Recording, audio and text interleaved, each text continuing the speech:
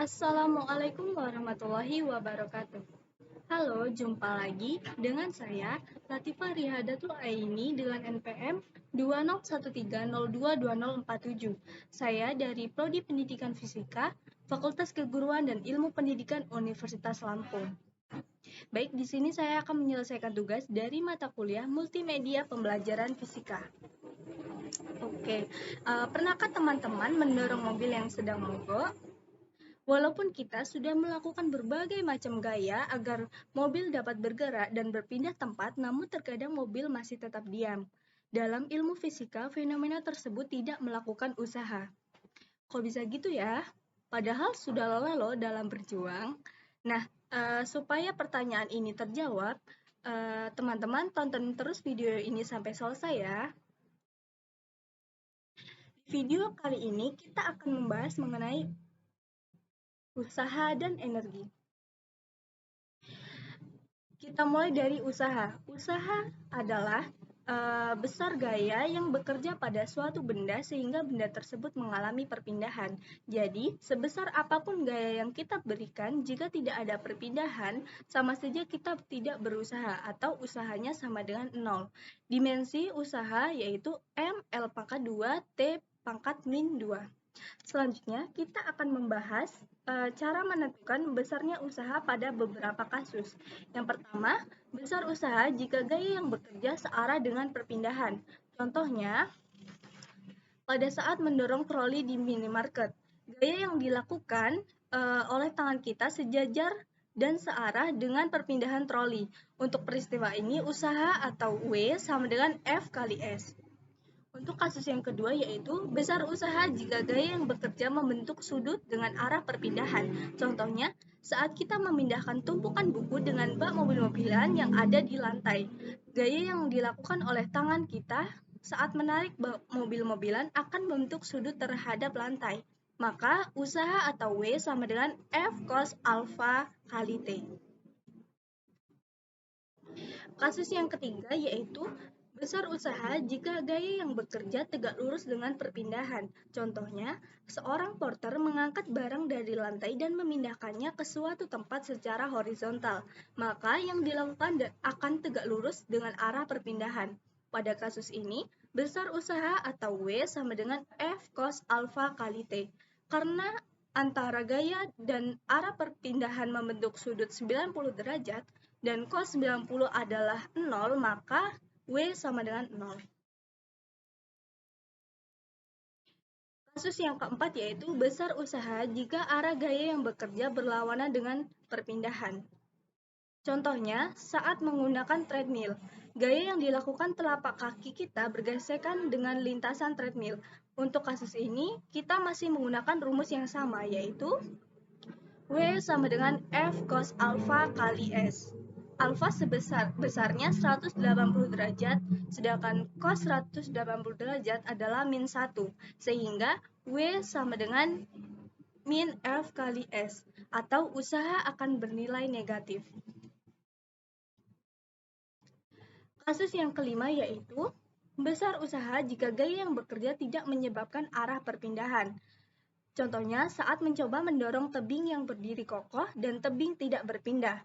Meskipun gaya yang kita berikan besar, namun jika gaya tersebut tidak menyebabkan perpindahan, maka kita dikatakan tidak berusaha atau W sama dengan 0. Kasus yang keenam yaitu menentukan usaha berdasarkan grafik F sama F min delta X. Penyelesaiannya, kita cukup menghitung luas daerah di bawah ini.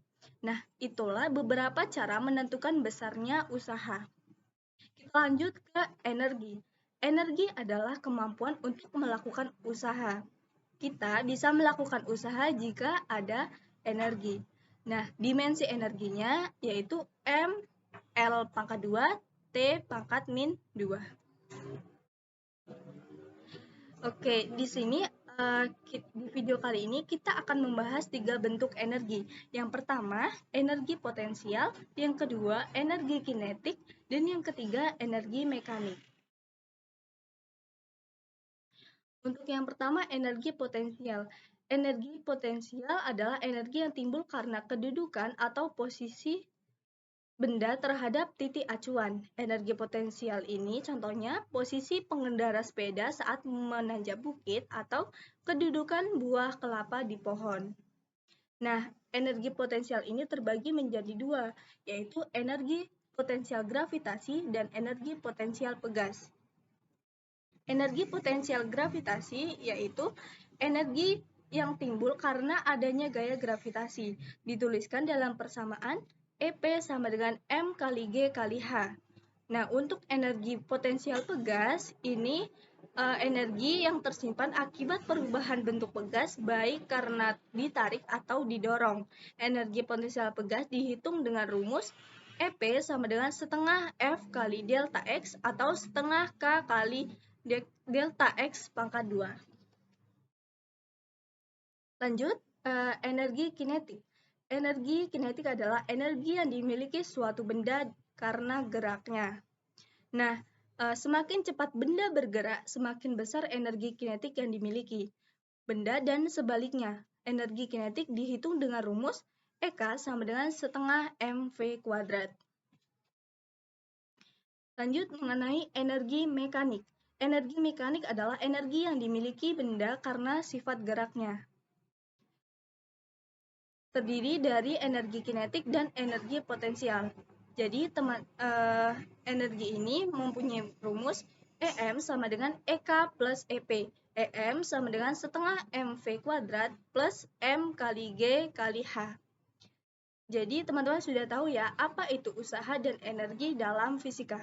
Mari kita bahas hubungan usaha dengan energi kinetik. Usaha sama dengan perubahan energi kinetik.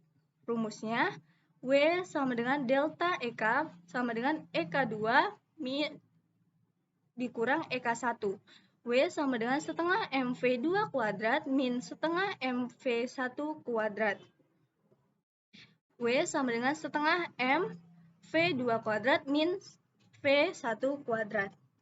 Selanjutnya kita akan membahas mengenai hubungan usaha dan energi potensial. Usaha sama dengan perubahan energi potensial.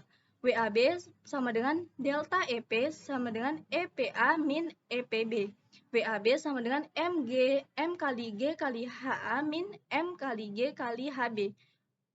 Dengan WAB adalah usaha yang dibutuhkan untuk memindahkan benda dari A ke B. Yang terakhir yaitu hukum kekekalan energi mekanik. Jika tidak ada gaya luar yang bekerja pada sistem, jumlah energi potensial dan energi kinetik pada setiap titik adalah konstan. Rumusnya EM1 sama dengan EM2, EK1 plus EP1 sama dengan EK2 plus EP2, setengah MV1 kuadrat plus M kali G kali H1 sama dengan setengah MV2 kuadrat plus M kali G kali H2. Perlu diingat, jika benda dilepas dengan kecepatan awal, maka V0 sama dengan 0. Jika benda mencapai titik tertinggi, maka Vt sama dengan 0. Jika benda jatuh di permukaan tanah, maka H sama dengan 0. Baik, terima kasih telah mendengarkan. Begitulah penjelasan dari saya. Apabila terdapat kesalahan, saya mohon maaf. Saya akhiri. Wassalamualaikum warahmatullahi wabarakatuh.